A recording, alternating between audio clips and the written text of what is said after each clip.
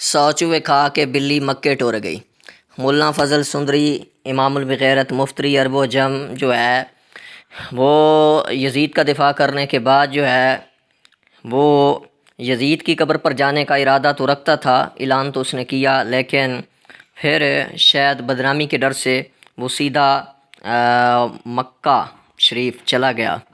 جیسے کہتے ہیں 100 چوہے کھا کے بلی حج نو ٹر گئی، لیکن اس کو یہ شاید یاد نہیں رہا کہ اس کا ڈیڈی جو ہے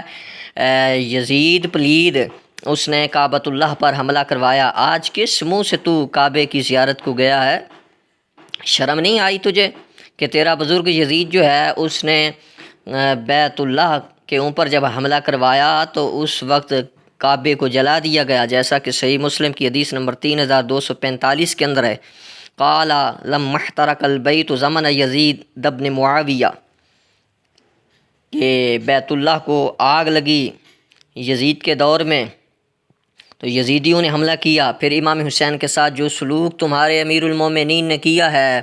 کہ سر حسین کی بے ادبی اور توہین کی اور ڈنڈے مارے امام حسین کے سر کے اوپر، اور تو بدبخت جو تو امام حسین شہید کربلا نواز رسول صلی اللہ علیہ وآلہ وسلم کو خطا پر کہتا ہے، اور مطلقاً تو نے ہمارے ساتھ کال پر جو بات ہوئی اس کے اندر تو نے امام حسین کو خطا پر کہا ہے۔ انشاءاللہ ہم نے تمہارے سارے سیاہ کرتوتوں کا جواب جو ہے لکھ دیا ہے، اور عنقریب جب تو واپس آئے گا تو تجھے جو ہے یہ میں سرپرائز دوں گا، گفٹ دوں گا تجھے، کہ جو کتاب ہم نے لکھی ہے انشاءاللہ تو دیکھے گا اور تجھے سانپ نے سونگ جاننا ہے، جیسا کہ پہلے تجھے شوگر جو ہے تیری لو ہو چکی تھی، اور تو جو ہے کبھی بھی ہمارے سوال کا نہ ہمارے کسی اعتراض کا جواب دے سکا ہے، نہ ہی دے سکے گا، نہ ہی تمہارے پاس کچھ ہے۔ تو امام حسین شہید کربلا اور اہل بیت کی توہین کرنے والا اور سادات کی توہین کرنے والا اور سادات کو یزید کی ٹٹی کے ساتھ تشبیہ دینے والا، یہ گستاخ بے ادب کذاب اور دجال قسم کا ملا جو ہے مفتری عرب و جم، آج جو ہے یہ کہہ رہا ہے کہ میں تو جی عمرے کو جا رہا ہوں، تے بلی چوہے کھا کے مکے ٹور گئی۔ تو سارے کرتوت کر کے اور یزید کو ابا بنانے کے بعد اب تو مکے چلا گیا ہے، اور تو نے جو اتنے سارے جھوٹ بولے ہیں اور تیرے جھوٹوں کا جو پردہ ہم نے فاش کیا ہے اس کا جواب کون دے گا؟ تو نے جگہ جگہ اپنی کتاب میں جھوٹ بولے، اپنے بیانات میں جھوٹ بولے، لوگوں سے پیسے بٹورے اور لوگوں کو بے وقوف بنایا، اور تو آج وہاں چلا گیا۔ کس منہ سے تو حسین کے نانا کے دربار میں جائے گا کہ جن کے نواسے کو تو نے خطا پہ کہا، اور جن کے نواسے کے بیٹے کو امام زین العابدین کو ایک فاسق کی بیعت کرنے والا بتایا اور جھوٹ بولا اس معاملے میں۔ محمد بن حنفیہ اہل بیت کی وہ عظیم ترین شخصیت کے اوپر بھی تو نے جھوٹ بول کے کہا کہ یزید کا دفاع کرتے تھے اور یزید کے دفاع میں مناظرے کرتے تھے۔ تم جتنے بھی بے غیرت ہو سندر کے، تم میں سے کسی کے پاس ایک جواب بھی نہیں ہے ہماری بات کا، اسی لیے تم نے کہا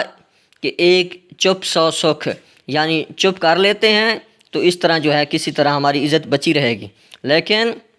انشاءاللہ زمانہ دیکھے گا، اب رسوائی تیری چشتی یہ کرے گا، نقاب کشائی تیری۔ اب ہماری کتاب جو ہے وہ آ رہی ہے، اور انشاءاللہ تمہاری بچی کھچی جو عزت ہے نا جو اپنے دھڑبیچوں کے اندر، وہ بھی رہنے والی نہیں ہے۔ اب تو تمہیں تمہارے دھڑبیچ خود جوتیاں ماریں گے، اور پہلے بھی جو حالات ہیں جو تو پچھلے دنوں تو نے اپنے دھڑبیچوں کو بلایا ہے